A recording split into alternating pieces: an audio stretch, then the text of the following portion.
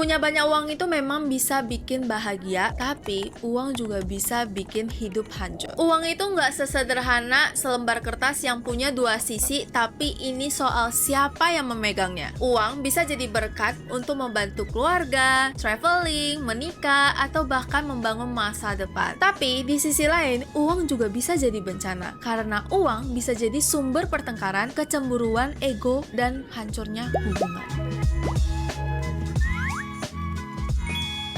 Hai guys, I'm Henny. Pernah nggak ngelihat teman yang berubah saat dia punya uang? Entah itu dia lebih dermawan, membantu orang-orang sekitar ketika dia punya uang, atau jangan-jangan dia makin pelit, suka pamer, dan serakah. Uang itu nggak salah, uang nggak mengubah temanmu, tapi dia hanya menunjukkan siapa mereka sebenarnya. Orang baik pakai uangnya itu untuk melakukan hal-hal positif dan menolong sesama, tapi orang yang egois, dia memakai uangnya untuk menghancurkan kehidupannya sendiri. Kita sekolah lama banget bertahun-tahun, tapi yang diajarin cuma rumus-rumus teori ekonomi dan hitung-hitungan. Ada nggak sih sekolah yang ngajarin kita cara ngehadapin emosi dan ego kita saat ketemu uang? Oke, yuk kita obrolin sekarang gimana caranya kita bersikap terhadap uang. Aku udah rangkum beberapa insight dari buku ini, yaitu The Psychology of Money karya Morgan Housel. Beliau adalah mantan kolumnis di Wall Street Journal dan sekarang menjadi partner di The Collaborative Fund. Jadi tonton sampai habis ya. Insight pertama yang aku dapat adalah kamu harus tahu kapan kamu harus berhenti mengejar uang. Kamu nggak perlu menjadi rakus dengan mengejar lebih banyak uang,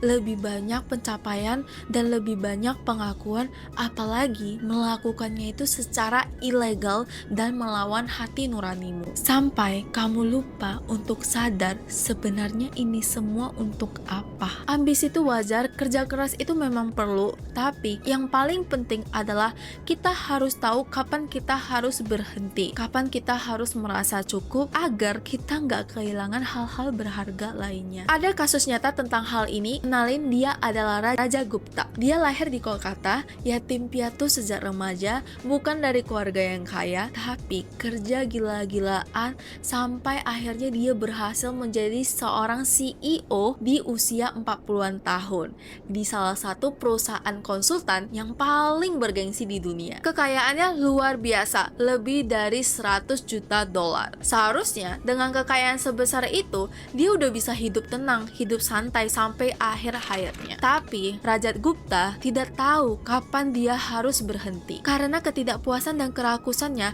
dia mengambil segala resiko yang akhirnya membuat dia harus masuk ke penjara. Kalau kamu bilang dia bodoh, salah. Seseorang seperti dia yang punya prestasi yang tinggi gak mungkin bodoh. Semua ini terjadi karena dia gak tahu kapan harus berhenti. Dari cerita ini kita belajar satu hal, jangan mengorbankan apa yang sudah kamu miliki demi sesuatu yang sebenarnya gak kamu butuhkan. Reputasi, kebebasan, keluarga, rasa cinta, rasa hormat, kesehatan, semuanya itu mahal dan uang gak akan pernah bisa beli itu kembali. Bahagia itu simple kok, kalau cukup ya cukup, kalau maksa lebih bisa jadi malah kehilangan segalanya. Next, insight kedua, menjadi kaya dan tetap kaya. Dapetin uang itu udah biasa, tapi bisa nggak sih kita menyimpan dan mempertahankan uang itu? Disinilah bedanya menjadi kaya dan tetap kaya. Untuk dapetin uang, kita butuh ambisi, optimisme, dan keberanian untuk mengambil resiko.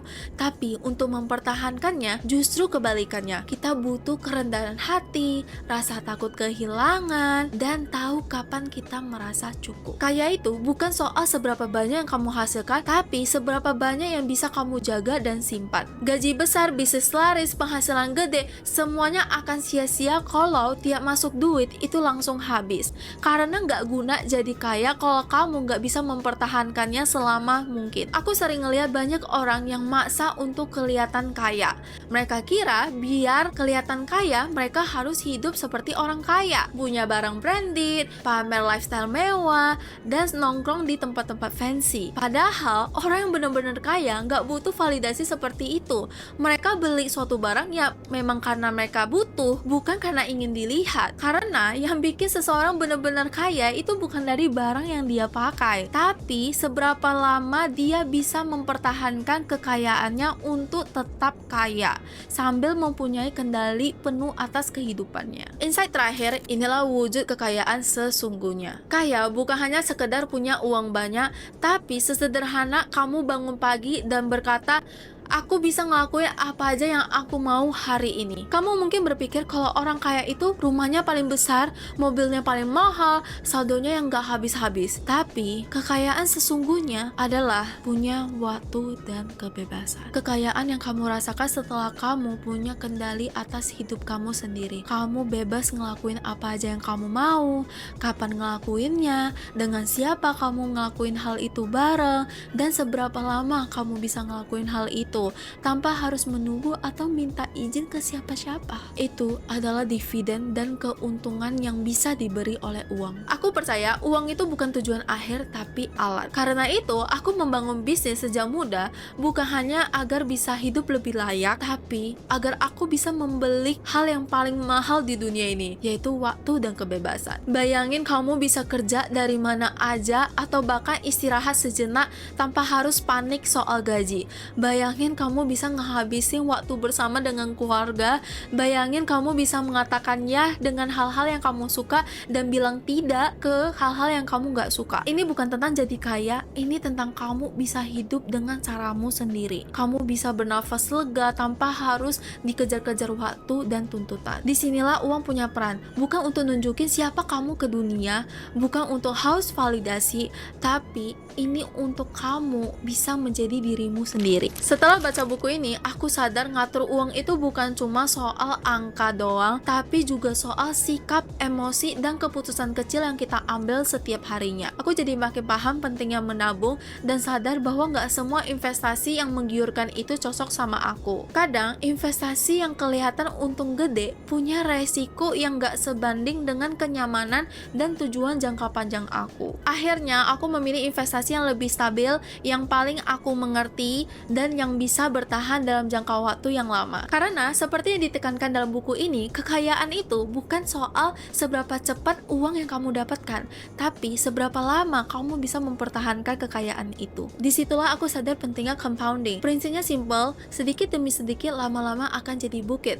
Nggak kelihatan besar di awal, tapi kalau kita ngelakuinnya secara sabar dan konsisten, hasilnya bisa luar biasa. Here's my closing statement. Uang itu memang penting, tapi ingat uang itu adalah alat, bukan tujuan akhir. Alat yang bisa beri kamu waktu, kebebasan, dan momen-momen berharga bareng orang yang kamu sayangi. Dan itulah beberapa insight yang paling bermakna untuk aku dari buku ini. Kalau kamu penasaran, coba baca sendiri deh. Masih banyak insight keren lainnya dari buku ini. Dan kalau kamu punya rekomendasi buku seru lainnya, coba dong komen di bawah biar aku bisa baca juga. Jangan lupa subscribe aku biar gak ketinggalan insight lainnya. See you!